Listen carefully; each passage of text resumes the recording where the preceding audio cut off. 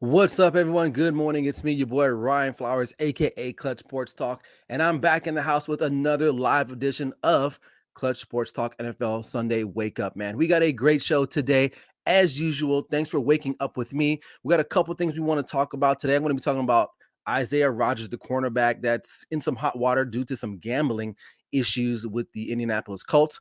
I want to talk about some early season quarterback competitions throughout the NFL. Some of the teams, some of them are pretty, I would say glaring, but we'll talk about that. And then I'll have my guest for today, Patrick Brown from the Khaotik Sports, as well from the Forum, a Lakers podcast. Will be stopping by. We'll be talking about second year wide receivers and, are they going to break out or do they have the potential to bust out, right? Or bust, excuse me. And then finally, Dalvin Cook, where is he going to land? We'll talk about some teams that might be suitable for him.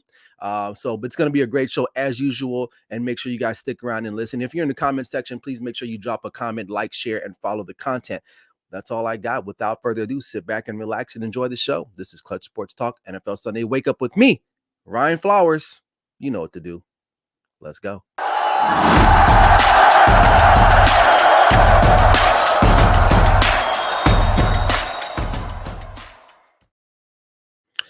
Good morning, everybody. Hope you guys are in here today, man. It's always a blessed opportunity to be here every Sunday to talk one of my favorite sports, if not my favorite sport of all time, which is football, and especially the National Football League. But before we get into the show, make sure if you haven't liked and subscribed to my YouTube channel, as well as the Grid Network YouTube channel, make sure you do so now. Yeah, you're only missing out on all of the great content that's being produced from the Grid Network, and you'll get to see one of our other Grid Network members here shortly, Patrick Brown from the Khaotik Sports and the Forum, a Lakers podcast. He'll be on the show later on. So, and if you're in the comment section, man, don't be shy. Say what's up. Do we got somebody in there already? Nope, no, we're not yet. So, but hey, it's all good. We'll keep it rolling. But again, great show in store for you guys today. And I want to start first by talking about the situation with Isaiah Rodgers.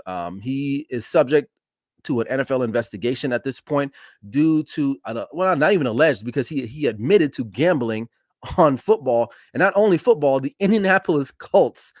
So he came out and had a statement. He said, yeah, he did what he did. So apparently what happened was he placed a bet, but did not use his name. So I guess he figured he can circumvent it that way. Now, the NFL, we've seen this the last couple of years or so with Calvin Ridley. Not that long ago, a couple months ago with Jameson Williams from the Detroit Lions, and even a coach, wide receiver coach, ex-Cowboy Miles Austin. He's been suspended a year, and I believe he only gambled in a casino. So I don't even know if he bet on sports. I don't know the full details on him. But listen, the NFL is not playing around with these guys. So he did not participate. Rodgers did not participate in practices starting Wednesday, I think, throughout the rest of the week. And then one of his teammates came out and literally just said, listen, man, they made it pretty clear that you can't do that, and I get it. You're going to have some people that are in the comments or anywhere talking about, well, why are they allowed to bet and da. Listen, I it is what it is. I gamble. I live in Vegas. This is part of the culture. I get it. Isaiah Rodgers wants to gamble, but you're a professional football player. You probably shouldn't be betting on the team that you play for. And some people may say, well, what's wrong with that? I mean, look, there's conflict of interest. It kind of remind me of the NBA situation with what was the name of the referee? I think it was Tim Donaghy, or whatever his name was. He was involved in gambling, and he was involved in making decisions that can impact the game.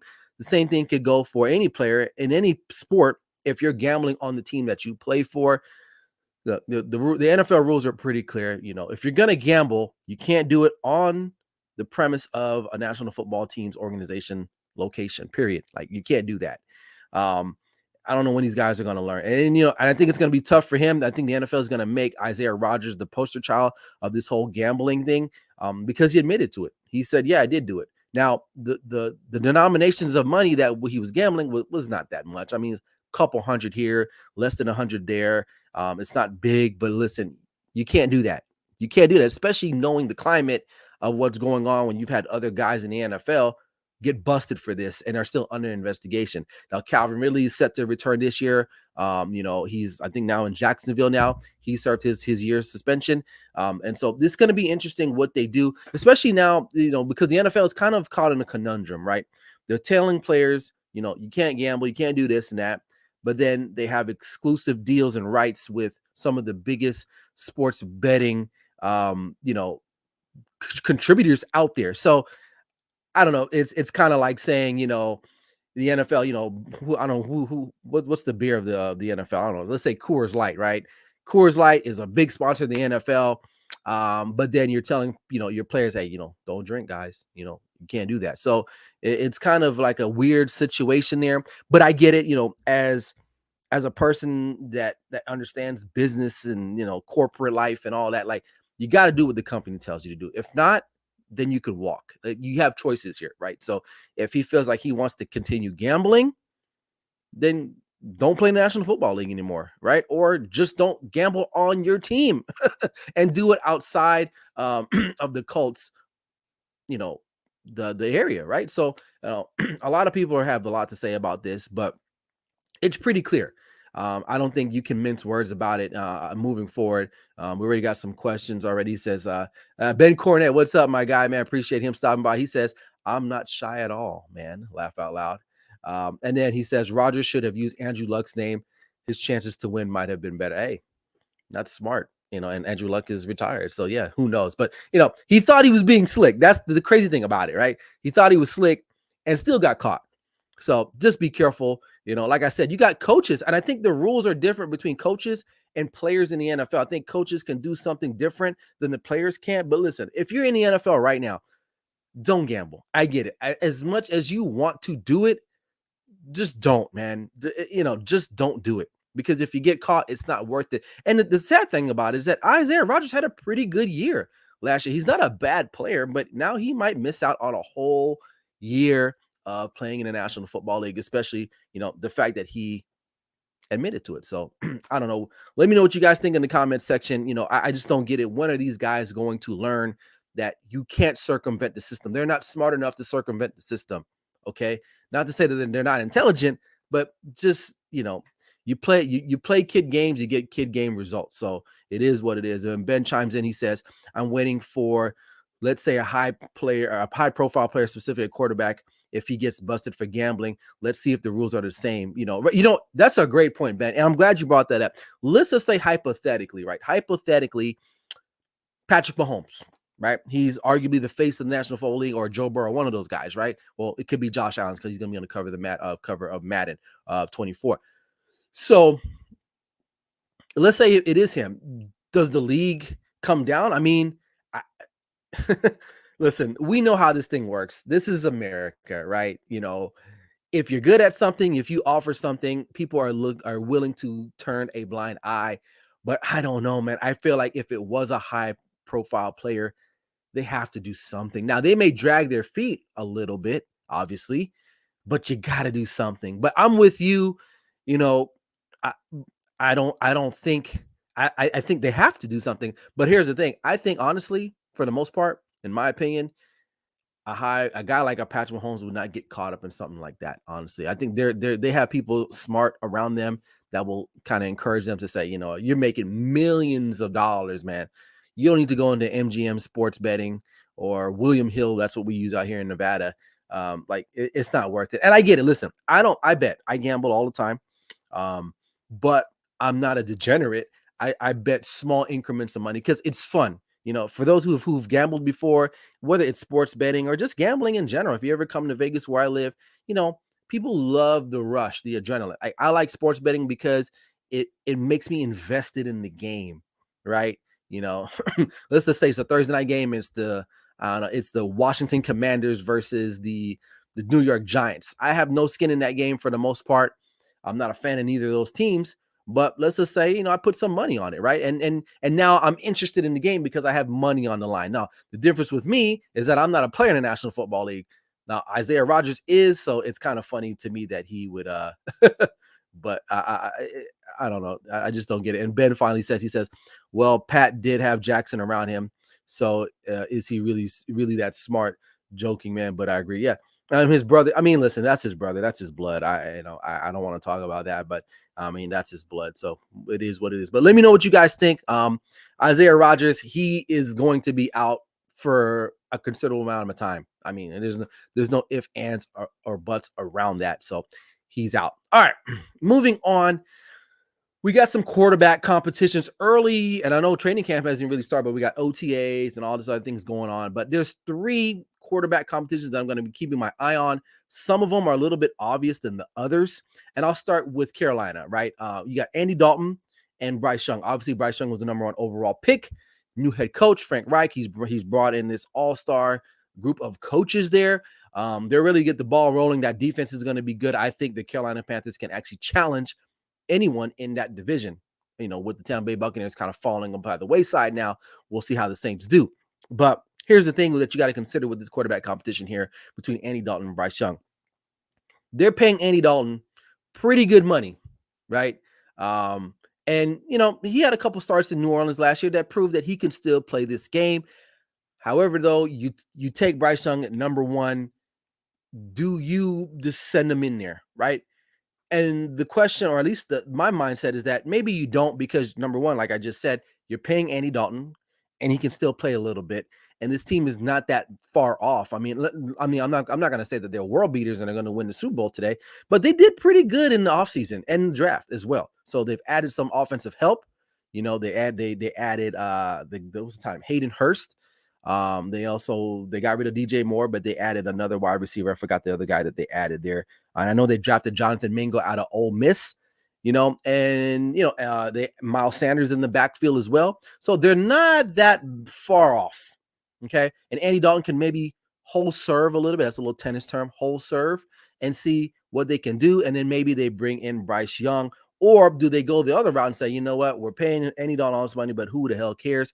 Let's just throw Bryce Young in there, which we've seen it can go either way. Like, you got guys that are just instant stars and can take over a team and be that guy. And then you got other guys that, maybe need some time to maybe develop a little bit. And why not develop behind Andy Dalton, who's been a pro this whole time?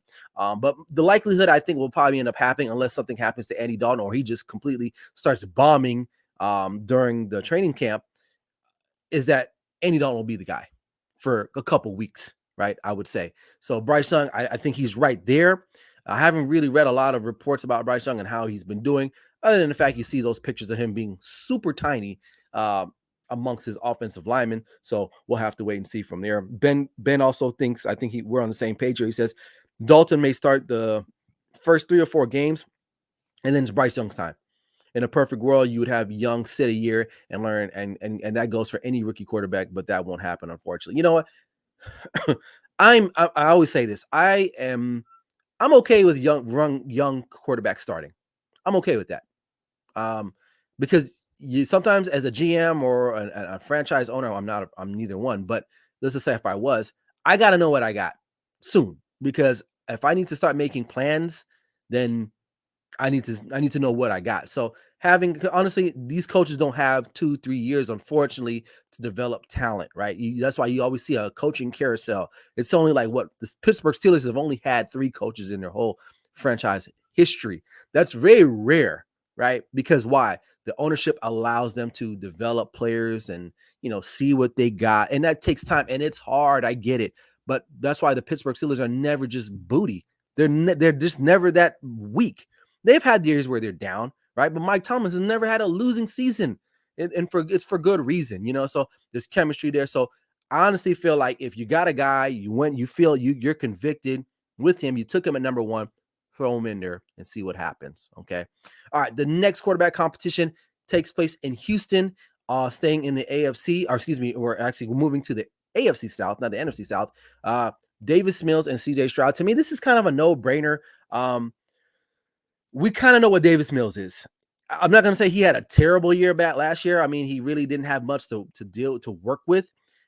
I think he's a good backup, right? They were in a lot of close games that they probably could have won, but they ended up losing in the end. CJ Stroud is the clear guy in this picture here. I think it's Davis Mills, CJ Stroud, and I think Case Keenum is there too as well. Case Keenum is not even in the picture. So really between Davis Mills and CJ Stroud. If it was me, I got to go CJ Stroud off the bat. Unless he just is terrible again in training camp, from what I understand. And I've read a lot about the Houston Texans because they're kind of like my little dark horse, other secret team that I like to root for now, staying in the state of Texas, other than my Cowboys, as you can see. Um, he's taken over that locker room. He's becoming a leader, which is definitely important, especially when you play the quarterback position. So to me, CJ Stroud is the clear-cut starter there, unless something terribly goes wrong, and I'll leave it at that. So let me know what you guys think. And finally, the last one I'll kind of dive into is the Indianapolis Colts situation. Now, this one is a very particular one, right? And you got Gardner Minshew, who's a veteran quarterback. He started a lot of games, right? He's backed up a lot of games. And you got Anthony Richardson, the guy that's only probably played like, well, I don't know, 15 games at quarterback. And this is what makes it so dynamic because, number one, right, Chris Ballard, the GM for the Colts, he's been on record saying basically, you know what, listen, let's temper our expectations for Anthony Richardson. We want to bring him along a little bit, right? We want to make sure that he's good. He's in a comfortable space. You know, we have a pretty solid team. And then you got the owner and Jim Irsay, who's, you know, he's in a rock band. He's very erratic. Like he's like, I want a next quarterback now. Like, and rightfully so. Listen, they had Peyton Manning and Andrew Luck. Right? You cannot get no more lucky than that. I mean, to have two franchise quarterbacks like that. Now, obviously Andrew Luck, you know, retired earlier, but still they were blessed to have him. So Jim Irsay is trying to find that next quarterback that they can say, yes, this is our guy. This is our guy that's going to take us to the frontier of a championship, right? And this is where it becomes kind of weird because you could make the argument Gardner Minshew, yeah, he's there. You know, he's been there a while. He's not in Indianapolis, but he's played a lot of snaps in the NFL. Or you go a rookie head coach and Shane Steichen, who, by the way, if I want to remind people, was the OC for what team that made the Super Bowl last year? The Philadelphia Eagles. Okay. And who was their quarterback in Philadelphia? And I'm just being facetious here, but Jalen Hurts, athletic type of mobile kind of quarterback. Anthony Richardson is probably the most athletic person in this last year's draft. I mean, this last draft, period. Okay. You take Shane Steichen, you add Anthony Richardson together, and you probably can see a version of what the Eagles are running. And let's be real. The Colts are not that far off. If their offensive line gets healthier again, you still got a great running back in Jonathan Taylor back there. You still got Pittman Jr. You have a rookie who was a rookie last year, Alex Pierce, I believe, had a pretty solid season last year. This offense can maybe do a little bit of something, especially if you scheme it up right and you have an athletic quarterback like Anthony Richardson. So to me, the way I look at it is, listen, if I'm the Colts, you throw him in there. The guy, he needs experience. He has not played a lot of quarterback at all. And you have him sit a whole year or 8 games. It don't even matter at this point. The guy needs repetition. He needs to be thrown into the fire. And for me personally, I feel like Anthony Richardson should be the day one starter. And if have Gardner Minshew try to mentor him a little bit. But to me, hands down, it should be Anthony Richardson taking the snaps solely in Indianapolis. So I don't know. Let me know what your thoughts on that. And then some honorable mention other quarterback competitions. You got Baker Mayfield, Kyle Trask, and Tampa Bay. That's kind of I think it'll be Baker Mayfield overall. Just to quickly talk about that. Brock Purdy versus Trey Lance. And then you could add Dalton in there, Sam Dalton. That's an interesting one because Brock Purdy coming off an injury, Trey Lance coming off an injury. Sam Darnold seems like he should be the guy, but I don't know if he is the guy. I don't know. The Niners got a situation with that. And then Mac Jones and Bailey Zappi, who I feel like Bailey Zappi did not do a bad job while he was, taking over for Mac Jones a little bit. So I don't know. That's a funny one to me. All right. But let me know what you guys think in the comment section. Without further ado, I want to bring my guy on here. He is a grid teammate here. Let's see if I can get him on here real quick because I'm tripping here. There we go. He is the host of the Khaotik Sports Podcast and as well the Forum, a Lakers podcast. Patrick Brown, welcome to the show, brother. I appreciate you, man. Thanks for stopping by. How are you doing today? I'm good. I'm doing pretty good, Ryan. Ryan, thanks for having me. Awesome, man. So I wanted to get into some couple topics today before we close out this show. And, Mhm. the first one being So we had a lot of really talented wide receivers get drafted last year, right? So, right? and some of them had some really good seasons, and some of them didn't have a great season. So, what I want to talk about with you today is who are some guys, and I'll start it off, but who are some guys that you think can either have a breakout season or can have a bust type of year? So, and I'll start with a guy out of Tennessee, and I'll get your thoughts on this guy and then whoever you think is next, right? So, I have a guy, Traylon Burks. He was drafted very high. I won't say high, but in second round, if I'm not mistaken, for Tennessee Titans. And he was supposed to be the quote unquote replacement for AJ Brown, right? I mean, it's like Right. go like what a gaff that was for the for the what you call it, the Tennessee Titans. He really didn't do much. He had 400 and something yards, 300 and only 33 catches all year, and I believe one touchdown. So, do you think obviously it's obvious he needs to step up, but do you think given the quarterback situation there now, they still got Ryan Tannehill and then they just drafted Will Levis out of Kentucky. Do you think he's poised to have a breakout season, or do you think we're going to see more of what we saw last year with Traylon Burks? In all honesty, you take a receiver that high in the first round, their first year is not really much of an impact year if you look at the track record for Right. receivers taken in the first round.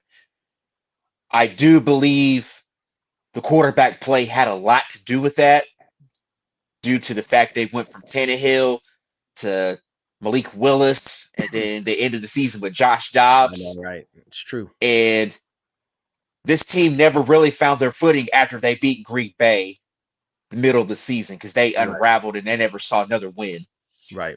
But I do believe he's poised to have a breakout year depending on what happens with the quarterback situation between Will Levis and Ryan Tannehill. But if Tannehill stinks it up, I do believe Will Levis will be inserted into the lineup. And there's also been some reports from Titans camp that Mike Vrabel may have a little bit interest in bringing in DeAndre Hopkins. So Right. that variable kind of plays into Right. equation as well. But the ceiling is very high for him from what I read. His Yeah, confidence definitely. is through the roof, and I think he can be poised to have close to 1,000 yards, depending on the quarterback situation to start the season. Wow, But 1,000 yards. if he can catch fire or lightning in a bottle midway through the second half of the season, I think he could push 1,000 yards. But it all boils down to, does Mike Vrabel stick it out with Tannehill to start the season, or Right. do they insert Will Levis and Gotcha. the philosophy of this team moving forward? Do they eventually move away from running the ball with Derrick Henry, or do they go with the air raid to kind of get up with the modern NFL? Right. No, well, that's interesting, man. I hopefully it works out for him, but if not, he'll just be known as the fake AJ Brown at the end of the day. So, Right. who's somebody else that you think a second year wide receiver that may have a bust out or breakout season? I'm going to go with Pickens. Yep, I like him. Pickens, to me, once he had that catch against the Browns that he Yeah, channeled his inner OBJ, I said to myself, this kid is going to be a star in this league. yeah, He was kind of flew under the radar in the shadows of Garrett Wilson and Chris Olave, yep, who went in the first round. But Pickens showed some flash. yeah. Oh, absolutely. And just like with his production, is based upon the quarterback play. Oh, yeah. Because they started with, if I'm not mistaken, didn't they start with they started with Mitch Trubisky, Yep, then he went to Pickett, yep. back to Mitch Trubisky, and what do we know about Pittsburgh? They draft receivers really well, They do. and they're known for their defense. But you got to give Mike Tomlin his flowers for kind of riding this ship. Yeah. Oh, yeah. And for me, I believe that Pickens is due for a breakout year, and Kenny Pickett can find some footing in year two, and they can create that connection. Yeah. That's going to be a dark horse, scary quarterback wide receiver duo, Oh, in my yeah. humble opinion. Oh, absolutely. If you think about it, this guy had over 800 yards, 52 catches, and 4 touchdowns, right? He Mm-hmm. was kind of rumbling a little bit. He thought he should have made the Pro Bowl. To be fair, there were some other guys that were more deserving than him, but a very fantastic start to his NFL career for sure. Now, another guy that I thought he kind of started kind of rocky, but I thought he picked it up towards the end is Christian Watson from Green Bay. Now, we Mm-hmm. all remember him from dropping the touchdown against the Minnesota Vikings. I believe it was game one, literally one of the first plays for the season for the Packers, and it kind of tumbled.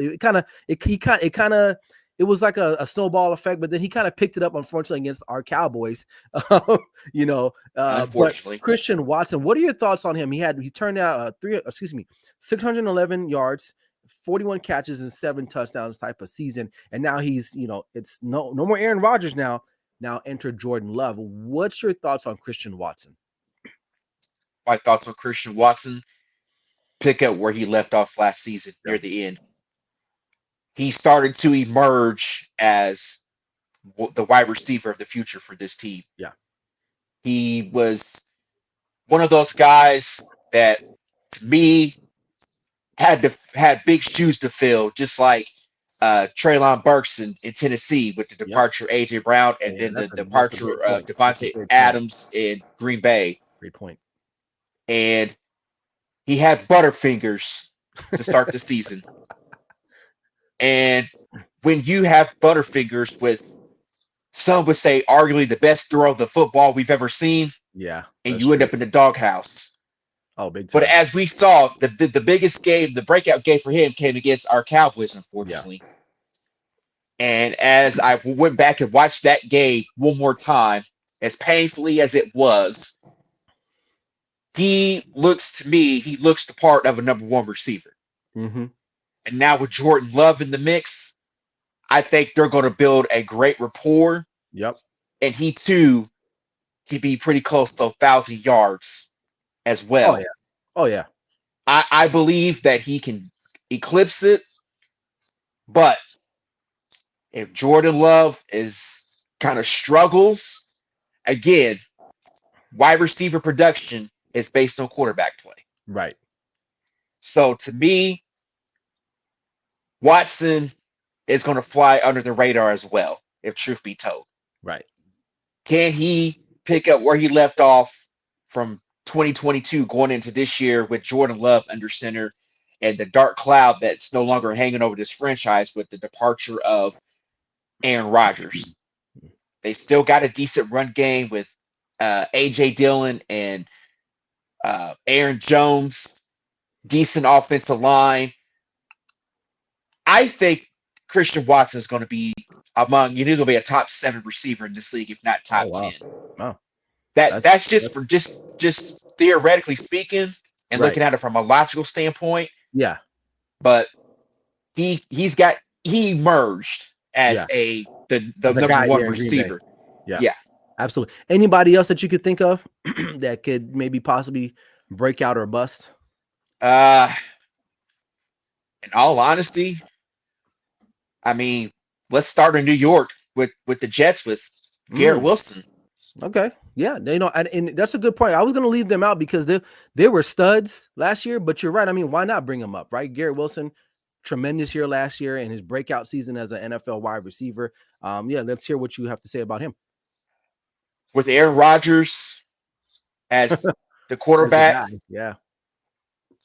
I thought about this the last 24 hours when you sent me the topics and everything to read up on. Mm-hmm. I believe Garrett Wilson is going to be in the top 5 for receiving yards. I honestly believe that because last year he had over 1,000 yards, 4 touchdowns, and was still offensive rookie of the year, if I'm not mistaken. Yeah. And you add another 300 yards to that, he's going to have another breakout year. His touchdown reception, his touchdowns are going to go up. He'll hit at least 9 or 10. So he's going to push in double-digit touchdown receptions. Right.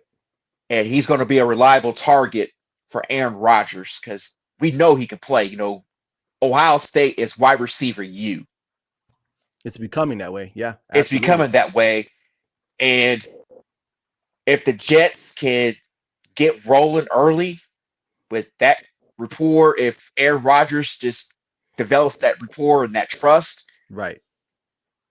I'm not saying Garrett Wilson can be a technician like Devontae Adams, but once he starts to find his footing Right. and knows where Aaron Rodgers is going with the football, that too could be a deadly combo. Absolutely. I agree. I actually agree. And then as we shift down to New Orleans with Chris Olave, Yeah. had Like four him.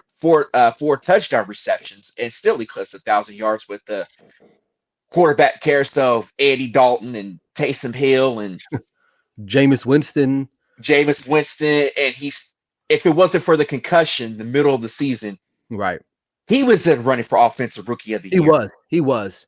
And that's why I'm not really, I wasn't worried about him because I felt like he's that dude anyway.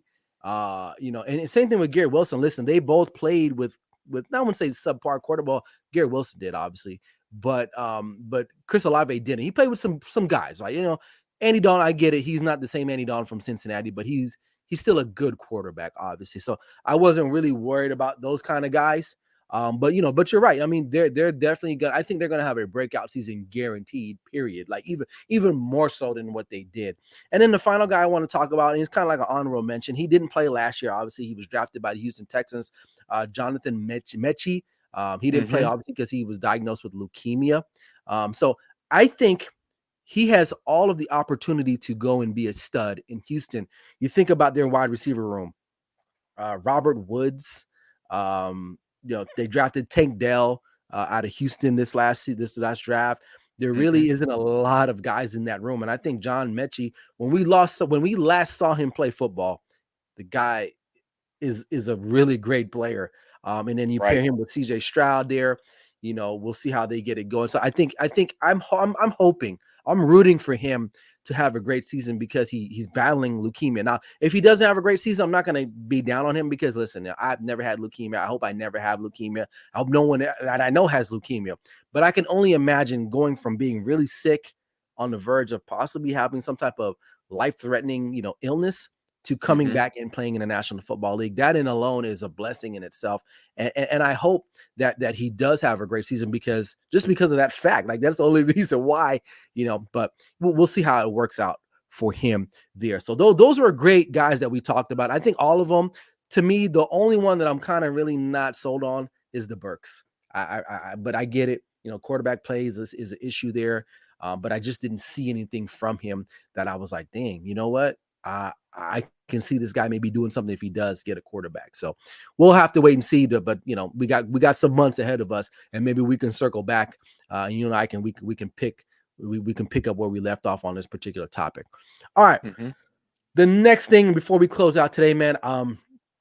Besides DeAndre Hopkins being the biggest free agent out there right now, there's been another guy that's been added to the free agency fray, and that's running back, a young running back. I believe he's 24, 25. Dalvin Cook was recently released or waived by the Minnesota Vikings. He's 28 years old and has rushed for over 1,500 yards in just a couple seasons. But the star running back has been hampered with injuries the last couple seasons. Now, there are a couple teams that are in line for his services. Mm-hmm. And I'm gonna list some teams to you, and then we'll break it down here in just a second. So, Okay. number one, Miami is probably the front runner. He's from the Miami area. He played at Miami Central, which is a powerhouse in Yeah. high school football. For those who don't know, and actually, I'll have an opportunity to see them play this year because they're coming to play Bishop Gorman here in Nevada. So I'm gonna make sure I check them out. And you think about it as well, it'll be a nice tandem between him and Raheem Mostert. Those two together would pack a nice little 1-2 punch. The other team in consideration is the Denver Broncos. Now Denver, the GM now for Denver was the assistant GM in Minnesota when Dalvin was drafted. So, there might be some familiarity there with him. And I think Denver, Javonte Williams was having a really good rookie year until he got hurt. Again, you pair him with Dalvin Cook. I think that'll be a good situation there as well. New Orleans, kind of a dark horse. Alvin Kamara, his productivity has kind of diminished the last couple seasons. He's been injured too. And not to mention, he's got some court legalities coming up due to some type of battery charge stemming from some type of event here that happened in Las Vegas. So we don't know what the future has for him. And I know they did add what's the running back, the guy from Detroit. He's the what you call it, the anime guy, Williams, Jamal Williams. So Jamal Williams is there, but I think he's kind of he's a short yardage kind of back. He's not the guy that you can hand off and kind of go, right? So that you want to keep that in mind.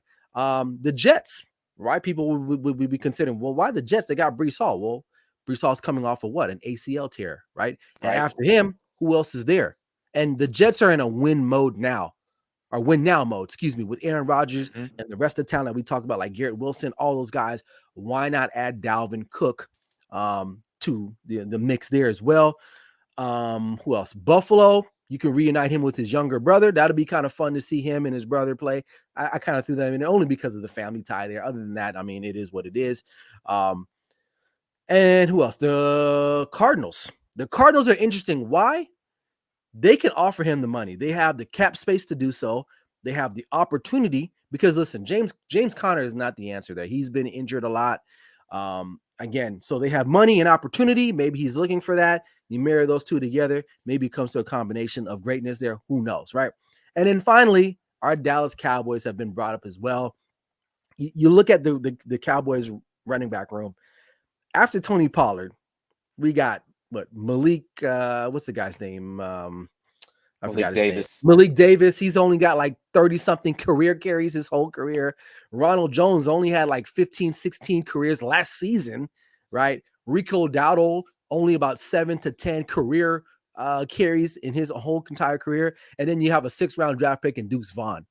Why not add Dalvin Cook to that mix, Jerry Jones? Make it happen, but it's got to be for the right dollar amount. So I went through a bunch of teams there. What are your thoughts on those teams, or if is anybody else out there that I might have overlooked? First things first, the obvious elephant in the room. His preferred destination, I believe, is Miami. Yeah. Warm weather. You don't have to play in the cold all season. Right. He's from, like I say, he's from the area. He went to Florida State. Shout out to the Seminoles. Yeah, I know his age is still, age and injuries are catching up. And we know the running back shelf life is very short. Right.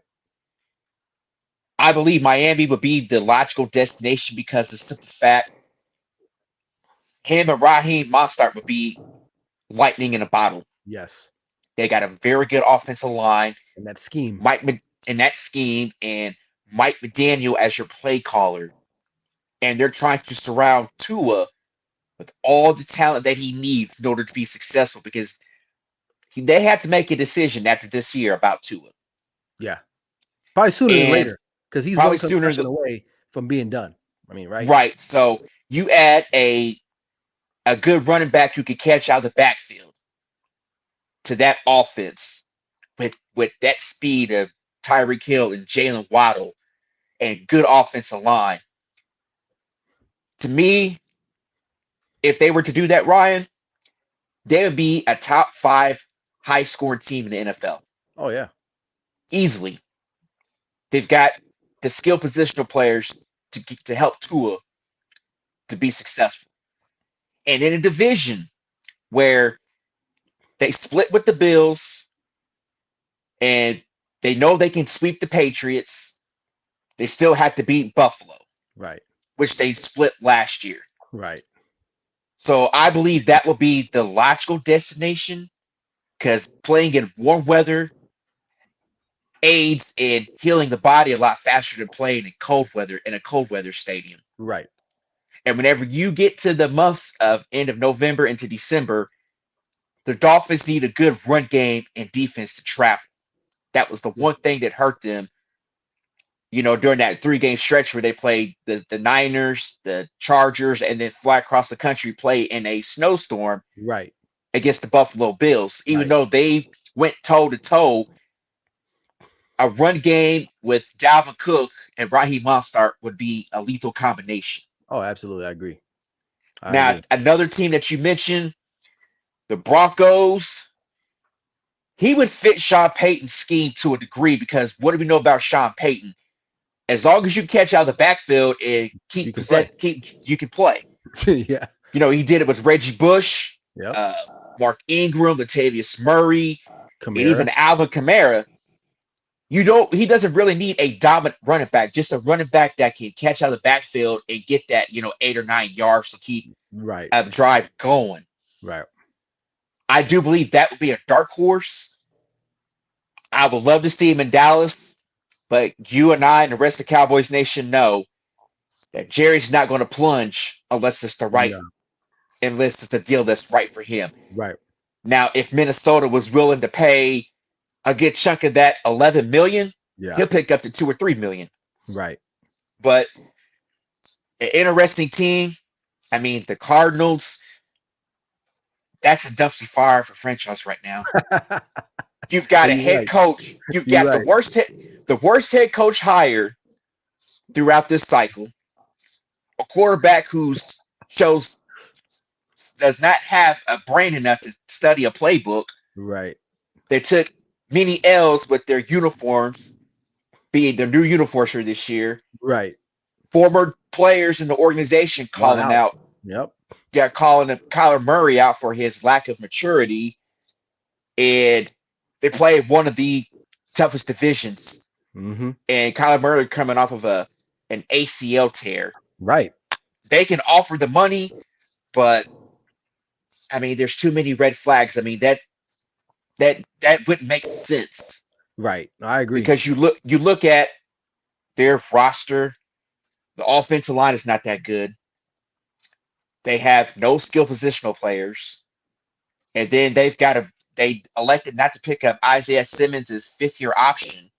So that's another issue on top of itself.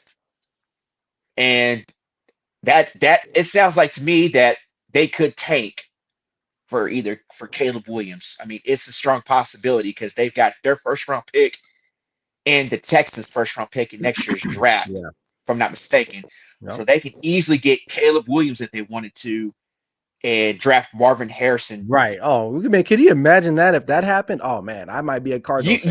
You want to talk about striking gold, getting Caleb Williams and Marvin Harrison Jr. in the first round within back-to-back picks. Yeah. Mm-hmm.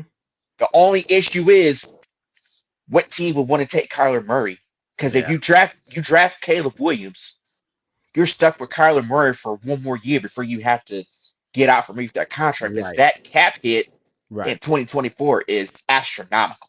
Right. So what do you think about the Jets for Dalvin Cook? The Jets, they've got Aaron Rodgers. They've got Garrett Wilson, Randall Cobb, who's 100 years old and still playing with bad hamstrings. 100 years old. Mekhi Becton, the offensive tackle, who hasn't really panned out since they drafted him. Mm-mm. The Brees Hall's coming off of a torn ACL. Got a defense that's really, really good. Yeah, they're ready to win. The only thing that would be a glare with that is the state tax in New York. The New York state tax is really high. But you're playing in a big market. Yep. Your rival is the Giants, who still pretty much control the media power in New York outside of the Jets, with adding Aaron Rodgers. Right, absolutely. The Jets could land him. It's just a matter of how he would be used with Nathaniel Hackett being the play caller and Aaron Rodgers. So the Jets. So your gut feeling, like if you were Dalvin Cook today, right now, you're Dalvin Cook. Right. Where are you going? Miami, because you're from the area. No state tax. You play, in a fairly tough division. You're at least going to win 10 games, 11 games. And it's warm weather. Yeah. No, I agree. if I were athlete in any profession, I would want to play in the state of Florida. Yeah, Florida, Texas, those are really good states to play in. No state tax. And the weather's generally pretty nice. So No, I agree, Exactly. man. I agree, and I think probably the second runner-up. Denver is not a bad situation there. Just because you got a good head coach. And I think Denver is going to turn things around this year. I'm not going to say they're going to win the division, but I think Sean Payton will right the ship there. But I feel like Dallas probably is a strong, if it's between Denver and Dallas as 2A, 2B type of situation, barring the money, right? Let's just say there's no money was no object. I think Dallas would be a really good fit. Because maybe, because Tony Pollard, he's on a franchise tag. Maybe the Cowboys are like, well, we got to see what he can do. Dalvin Cook, we see what you can do. Maybe we can get that going, have them compete against each other. But like you said, the Cardinals are dumpster fire. I put them in there just because money talks a lot. And for a guy like Dalvin Cook, who's been injured a lot, if they'll pay him, why not go there, get the check, and secure your financial, future there. But you're right. Absolutely. There's no talent on that team. They're probably going to be the worst team in the National Football League. And probably one of the worst teams we've seen in the National Football League in quite some time. They might be up there with that 0-17 or 0-16 Detroit Lions team from a couple of years ago. So, but we'll see, man. Hopefully this gets sorted out this week. That way we have something else to talk about next week in regards to Dalvin Cook. So, but Patrick, man, hey, brother, I appreciate you, man. Let us know where we can listen to you, where we can find Khaotik Sports and the Forum, a Lakers podcast. You can find Khaotik Sports Podcast and the Forum, a Los Angeles Lakers podcast on the grid. That's available on Apple Podcasts, Google Podcasts, Spotify, iHeartRadio, wherever you may listen to your podcast. The video portion of both shows are coming. Good. I'm working on a very in-depth NFL topic to kick off the regular season. Good. I've been working on this particular subject since this year, since January, when the season ended. Mm-hmm. So I'm working on that, getting everything set up. The Forum, we're in the off season as Laker fans. We're in the off season right now. There's the most recent episode is available to watch on YouTube and listen to the audio as well. Mm-hmm. And before I get off here, Ryan, I just want to say thank you for having me on your show. I greatly appreciate it. And to all those watching on the stream and going to be listening to on the audio portion, if nobody told you today that they love you, I love you. Please continue to take care of your mental health and your physical health. It's okay to not be okay. And as someone who's a very strong advocate for mental health, right, please seek therapy if you need help. You don't have to fight this silent battle alone. So to all those watching and or listening, please seek help if you need it. Absolutely, brother. Well, I appreciate you, man, and God bless you as well, man, and have a wonderful rest of your day. And that's I appreciate you, man. Thank you so much. Yep, anytime, Ryan. Have a good day. All right, take care, bro. Yeah, man. That's Patrick Brown, the founder of the Khaotik Sports Podcast and the Forum, a Lakers podcast. Great dude. He's part of the Grid Network. So make sure you guys go ahead and check him out. It's been good. So, that's my calling, man. That means I got to get up out of here. But hey, appreciate you guys, man. We had a great time today. We had some great topics, and we had a great guest coming by to talk about some second wide receivers and Dalvin Cook, man. But listen, the Grid Network is rolling. NFL Sunday Wake Up is rolling. You don't want to miss out, man. Make sure if you haven't subscribed to the channel, do so. So I'm excited. I knocked my own mic down, but make sure you do so, man, because you don't want to miss out, man. We're doing something. So be on the lookout for my next show next week, Sunday, same time. It is Father's Day, but that doesn't matter because guess what? I'm still going to be here talking football, NFL football with you guys. So that's all I got, man. Enjoy the rest of your Sunday. Until next time, this is Clutch Sports Talk, NFL Sunday Wake Up with me, Ryan Flowers. Like I always say, never settle till the work is done. We'll see you guys later. Peace out.